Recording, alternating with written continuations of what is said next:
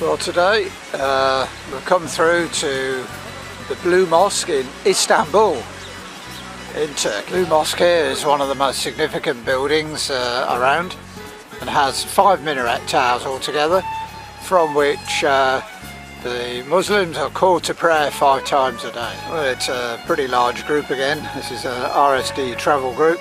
There's about 35 of us on the coach altogether. Well, we're now in the courtyard of this Blue Mosque. I find this quite hard because I've got an earpiece in my ear and he's talking to us the whole time. So listening to him and talking is actually proven to be quite a challenge. But anyway,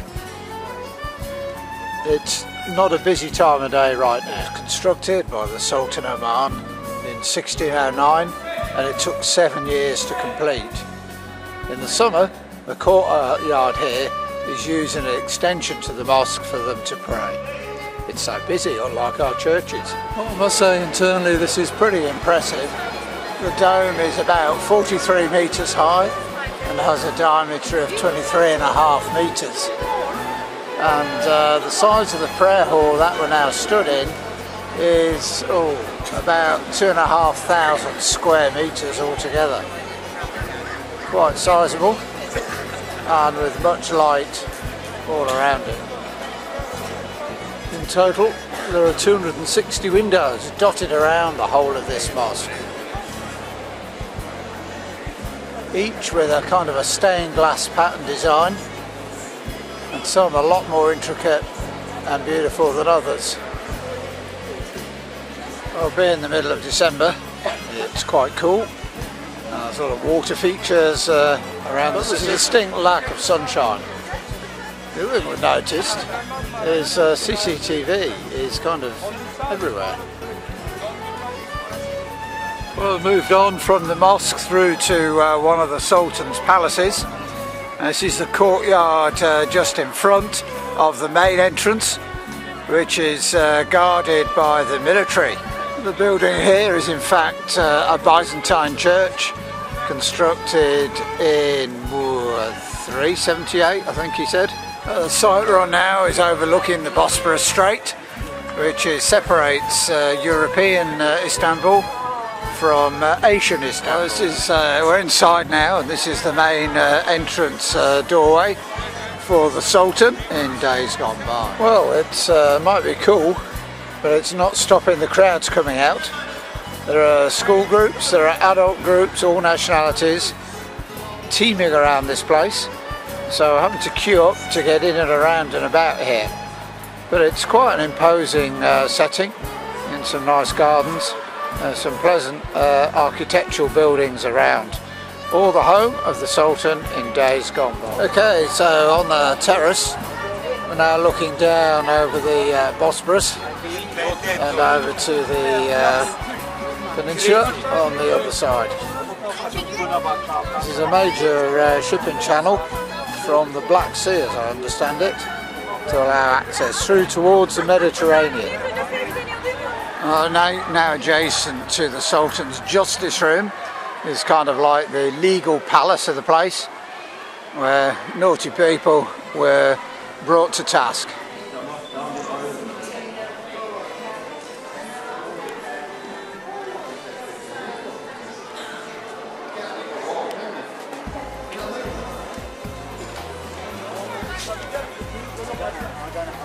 Well, we stopped for some lunch, and then the weather's turned a tiny bit, a little bit of rain but not much.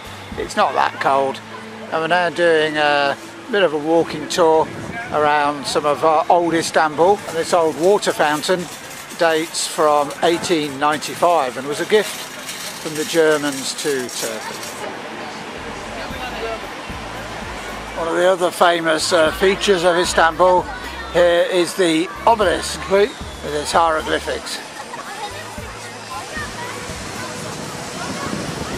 And nearby is a bronze serpent column, again dating back to BC times. It's not as tall as it used to be, although its foundations, when they were excavated, were deeper than they thought they would have been. Well, we're moving on to, I think it's San Sofia, another mosque this afternoon. And it's the Wailing Mosque at the moment.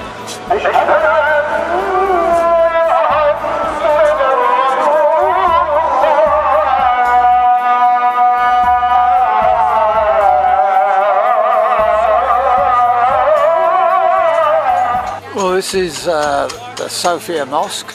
Now, this is the third one on the same site, over many centuries of course. The first two were made of wood, and then they realised wood burns, so this one wasn't made of wood. And then they discovered, after this one was built, that it's built on a geological fault line, so it's subject to a lot of disruption, let's say, and they have to keep repairing it again.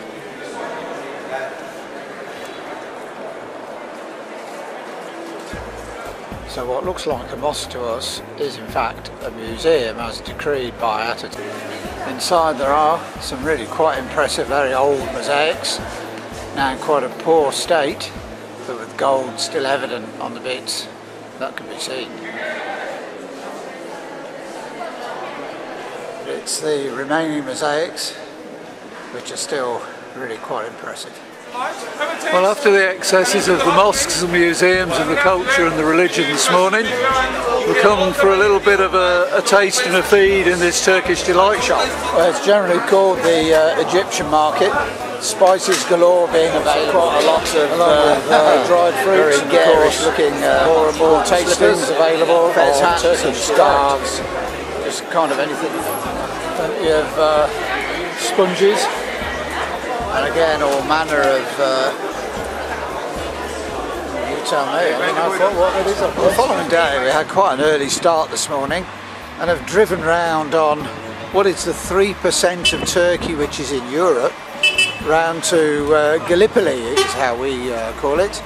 We're now on a ferry which will take us across the straits to the Asian side. So the crossing will only take about half an hour, and we're crossing the Marmara Sea. Well, from the boat we headed about an hour inland to the historic settlement of Troy. And it's a big horse which most of us can all get up at the same time. Well, this ancient city of Troy in itself is not that large, but it was built up over 9 layers over many centuries. So it might look like a jumble of stones now in a confused state. The archaeologists have studied this and come up with all sorts of good reasons why they are as they are. Tops of columns that are part of temples in days gone by. It's just a myriad maze of this feature now collapsed on the ground. It's part of an old ceiling with ornate detail. And this excavated area shows part of the old citadel wall, and this dates back to around 2500 BC. The numbered layers in the distance there, from 1 to 9. It's like a bit like a pancake really, with redevelopment of the site over centuries. And this is the partially restored ramp of the second Troy citadel. During this period the citadel was being enlarged several times. And nearby is the remains of a wall considered once to be part of the palace house, which has been reproduced on this picture below. And as ever on these sites, you have to have your amphitheatre. This one, not too large, compared with many we've seen out here in Turkey. Here was considered to be the original south gate. Again, the picture helps us understand it in a much clearer way. Well, it's now on the following day, and we'll come through to the area known as Sardis. Sardis is a natural route from the west coast, very fertile alluvial plains all around. And it also became a significant seat of Persian governance in the area. And incorporated within that was the Temple of Artemis. Now this was in fact never completed, despite all the wonderful stonework that's evident still to this day.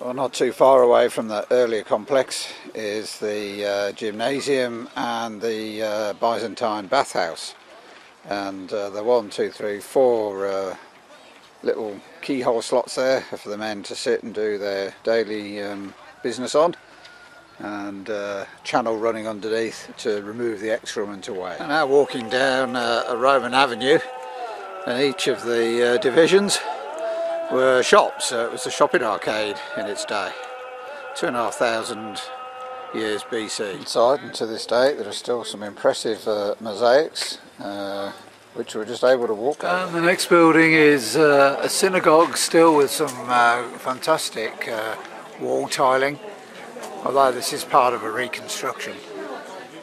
And a quite impressive reconstruction here is part of the gymnasium complex. Of course, not quite a gymnasium as we would know it, but more a place for socialising, for leisure, and also some sports activities, along with the bathing rituals famous with the Romans, both cold, tepid and hot bathing areas.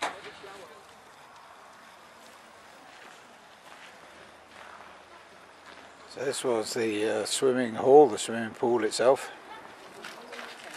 Well, several hours later we came through to the old city of Laodicea. But it's a fine example of an old Roman city, and here was the royal palace and temple in pretty good condition actually.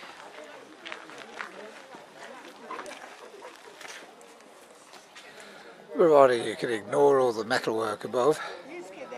This is an interesting excavation site and reconstruction currently in progress.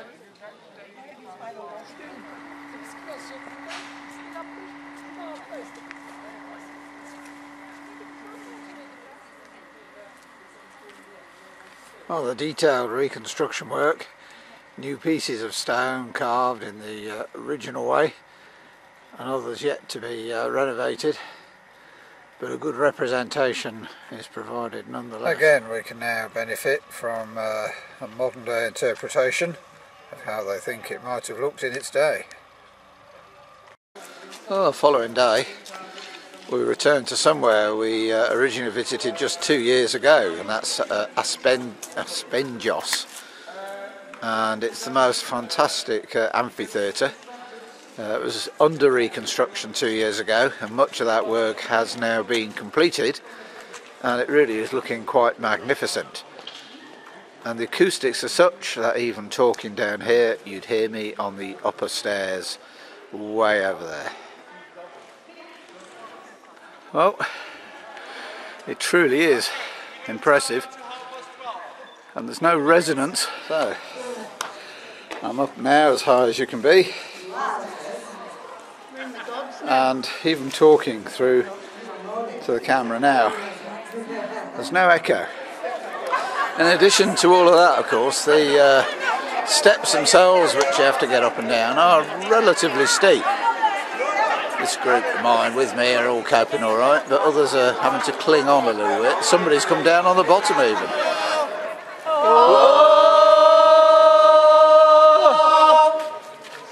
MacTavish is dead.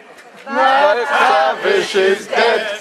His brother don't know it. His brother don't know it. His brother is dead. His brother is dead. MacTavish don't know it. MacTavish don't know it. They're both of them dead. They're both of them dead. In the same bed. In the same bed. And neither one knows that the other is dead. And neither one knows that the other is dead. Do it all together. Oh, there we are. We've just had our own group's live performance in Aspendos, the ancient amphitheatre, dating back to 2 or 3 centuries BC. Really a most impressive amphitheatre of all we've seen.